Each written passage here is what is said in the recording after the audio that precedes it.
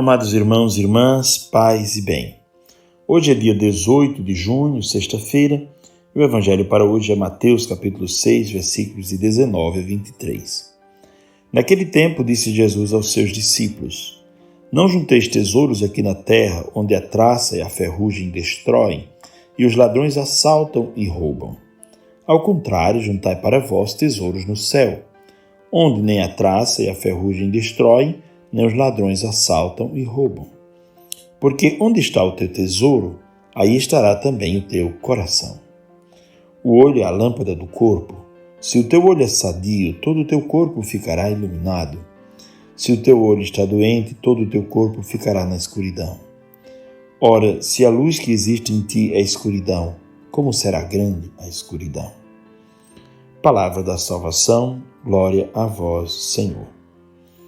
O texto que nós acabamos de ouvir para a nossa meditação de hoje nos fala sobre uma relação sadia com as coisas.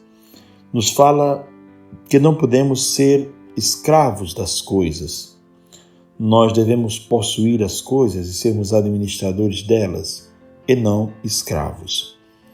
Vale a pena refletir, sugere um antigo padre da igreja, o mito de Midas, que era um rei, que encontrou um senhor chamado Sileno, que estava em péssimas condições e cuidou desse senhor, que era, por acaso, o pai de Baco, deus do vinho. E ele o levou até Baco. E Baco, muito agradecido, disse: Eu posso lhe atender um desejo, um pedido. O que você deseja, Midas? E Midas disse: Eu quero que tudo que eu toque se transforme em ouro.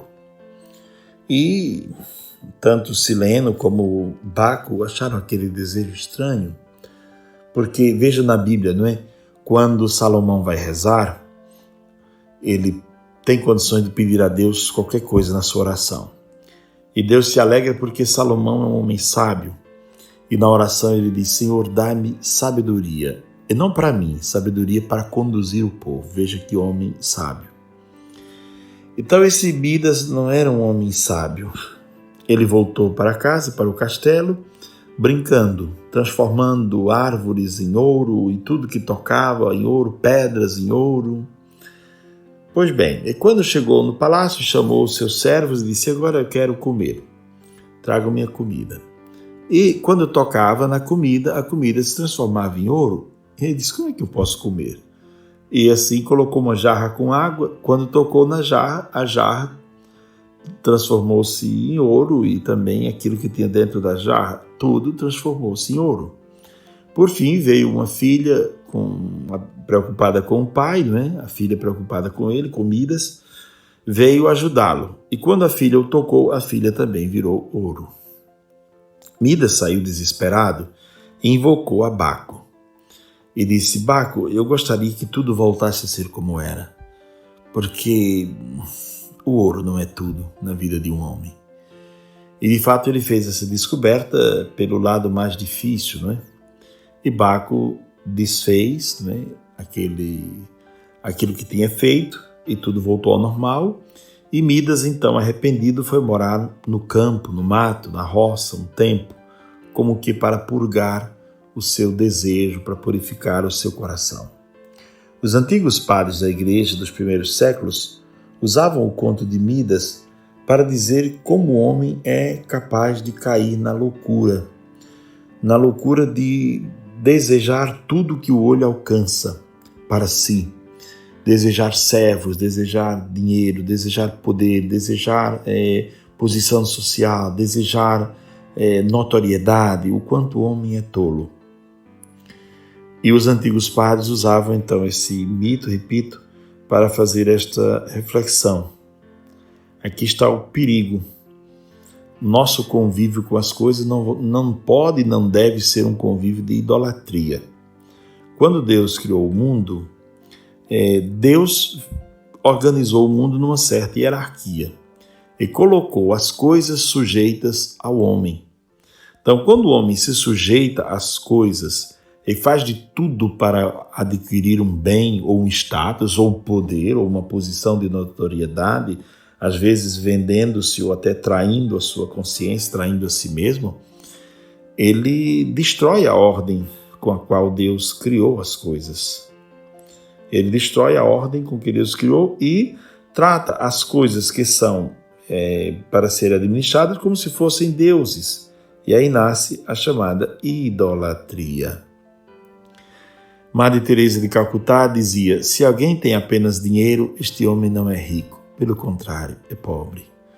Porque dinheiro não é tudo.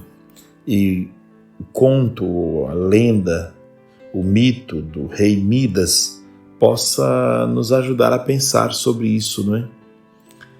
O desejo de transformar tudo em ouro pode ser uma coisa bonita na primeira hora, mas depois Midas viu que não poderia mais comer nem beber e não poderia mais ter afetos, porque a própria filha foi transformada em ouro, porque veio como que consolá-lo. Então abriria mão de muitas coisas para ter somente o ouro diante de si. Jesus disse: não junteis tesouros aqui na terra, onde a traça e a ferrugem destroem, os ladrões assaltam e roubam. Vamos juntar tesouros no céu. E que tesouros são esses que podem ser juntados no céu? Então, certamente não são tesouros materiais, porque no céu não haverá estes tesouros que nós temos aqui. Então, quais são os tesouros que nós guardamos para a eternidade?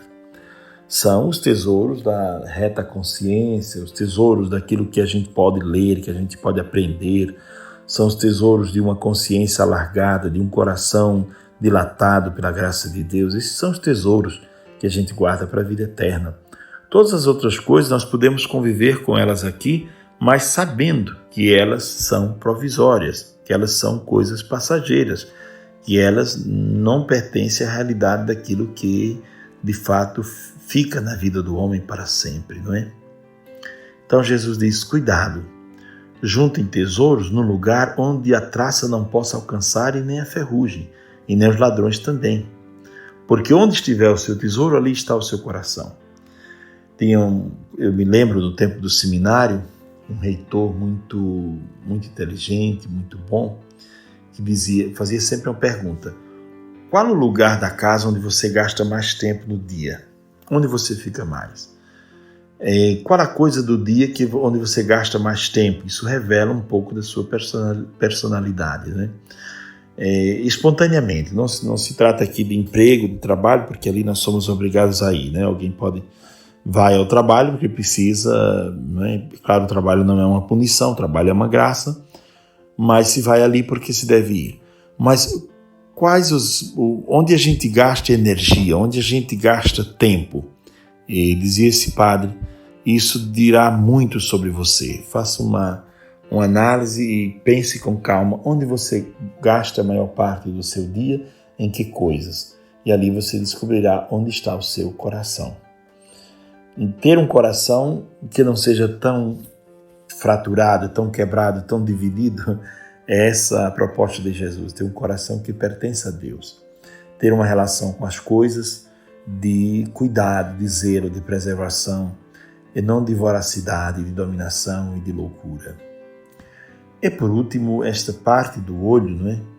O olho como janela da alma e, ao mesmo tempo, o olho como lâmpada do corpo. Jesus tem um olhar que cura, Jesus tem um olhar que é puro. Ele sabe olhar para os outros com um olhar que faz o ser humano renovar-se.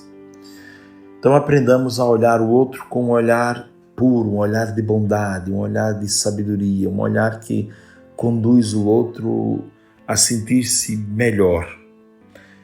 Madre Teresa de Calcutá dizia e pedia ao Senhor, dizia: Senhor, que ninguém saia da minha presença pior do que chegou. Quer dizer, com o meu olhar de bondade, de ternura, de compaixão, eu possa transformar as pessoas. O texto do Evangelho mostra que muitas vezes Jesus olhava para as pessoas e com um olhar profundo de compaixão e de misericórdia, transformava o coração das pessoas. Portanto, guardemos também essa segunda parte do texto que nos fala sobre um olhar que cura, um olhar que restaura, um olhar que renova o ser humano. Desejo a todos um ótimo dia, paz e bem. Abençoe-vos Deus Todo-Poderoso, Pai, Filho e Espírito Santo. Amém.